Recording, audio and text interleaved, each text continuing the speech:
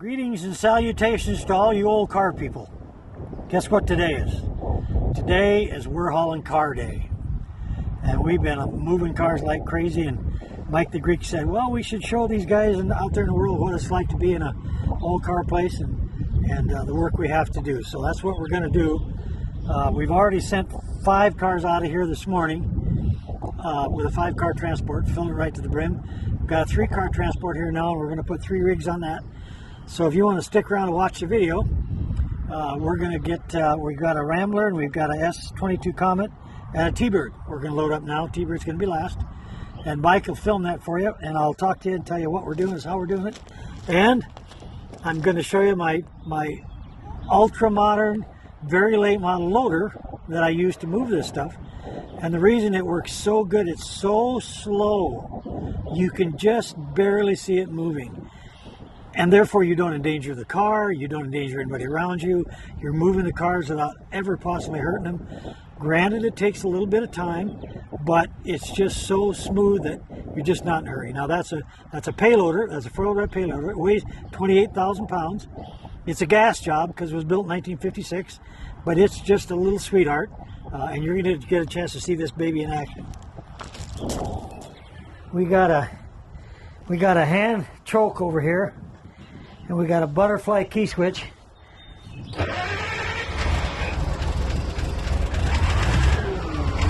I don't know if you can hear that or not. We got a lot of noise.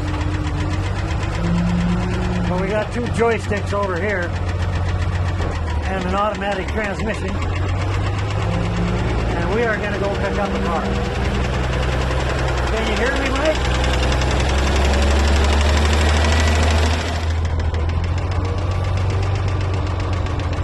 Okay, a little work to get that done. Here we go.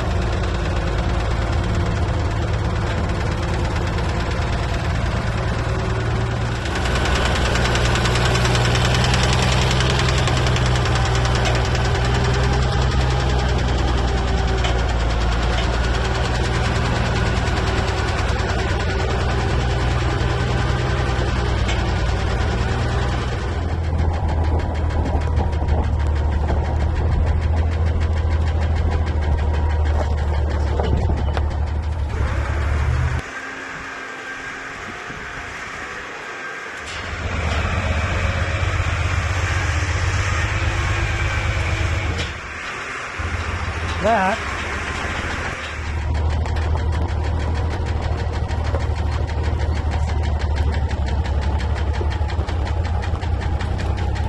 main body on it.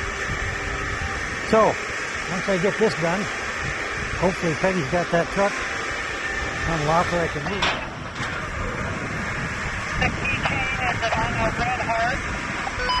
Well, that red heart has got some markings. I was watching, I really like Facebook, and I really like YouTube.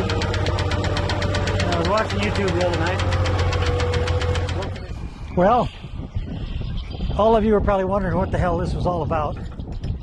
We just wanted to show you what's involved with loading cars when you sell them and you're loading them up for somebody. And I know there's a lot of you guys out there right now are saying, why don't he just get a set of forks? Pick them up with a set of forks and set them on there. Because that's just dangerous as all get out. That's about 4.5 feet off the ground. That's a long ways if you tip that car off them forks. And it's easy to do. Gust of wind catches it, pulls it off. I lost a 40 Ford pickup one day with a set of forks. I used to have a set of forks. And I said, never again. I'll take the time, push them on, pull them on, winch them on, but no more forks. And so I know you want to call me up and say, look, dumb buddy, get your butt over there and get some forks. Ain't happening. And what we do, and this is important for you to know, if you want to buy a car from us, this is what we will do for you. Of course, it's up to you to pay the shipping, but we'll do all the arrangements. We'll get the trucker here, we'll make sure it's getting loaded fine, we'll make sure it's tied down right, make sure we got a good trucker. You know, first off, because there's a lot of flakes running around out there, and we'll make sure that everything goes good to where you're going to get your car. I just sold a car to a guy. It was a pickup, nice little 58 Ford pickup, to a guy named Mike in New York. He contacted a trucking company, a national trucking company, on his own. They said, "Yep, we'll be there tomorrow." Turned out they didn't know where South Dakota was and discovered that there was no trucks out here. And so they took his money, and now they don't want to give it back. He's terribly angry. Said, "I guess maybe you should have helped me to begin with." And I said, "Well," I would have helped you, but you wanted to do it on your own." I said, "I'll help you now." So that all transpired last week. So today, we got it on a truck. It's all loaded up. It's on its way to New York. About 4 days later, from what the turmoil that he went through. So we're going to guarantee you buy a car from us, we're going to make sure you get it. And it's going to look just like the way you bought it. So, aren't those T-birds beautiful? Mike, show them that T-bird. That has got to be one of the most, it's what they call a square bird. They made those from 58 to 63 years. And they're just so neat looking. And that car actually won the Daytona 500. Not that particular car, but a Thunderbird just like that. Actually won the Daytona 500. You could get that car with a 430 cubic inch V8 with like 350 horsepower or something like that. And they were just terrible fast cars. Of course, they didn't drag race very well because they were so heavy and they had a big old sluggy Cruise-O-Matic transmission. But with a little bit of work, well, you could really make them run. That's going to make somebody a beautiful car. Interesting. These three cars are going to Maine, if you can believe that.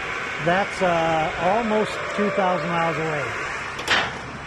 And they're going to a body shop up there to a guy that there's no cars left up there.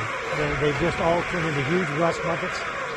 And he saw our website, lots of pictures on the website, and said, "I'm going to call those guys and find out if they're honest." And he called me, and we talked at length, and I guess he decided that we were honest because he's bought 7 cars from us, and this is the last 3.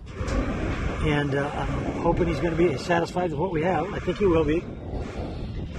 But it's sad that you have to go 2,000 miles to find cars, but that eastern coast is just gone. It's just gone. It takes a matter of 3 or 4 years. These last longer than today's cars. Today's cars, that metal is so thin, it's just gone in a heartbeat. But these cars last a lot longer. But too, 5, 6, 7 years, they're going to start to rust. But the good thing is, when somebody restores one of these, they're not going to let that baby rust. They've got it in a nice garage. They drive it on nice days when the salt's all gone, and they're going to make sure it's going to last them a long time. So that's a really good thing. I guess the trucker's ready to go, so we're going to air up his tires, and we're done. Thank you.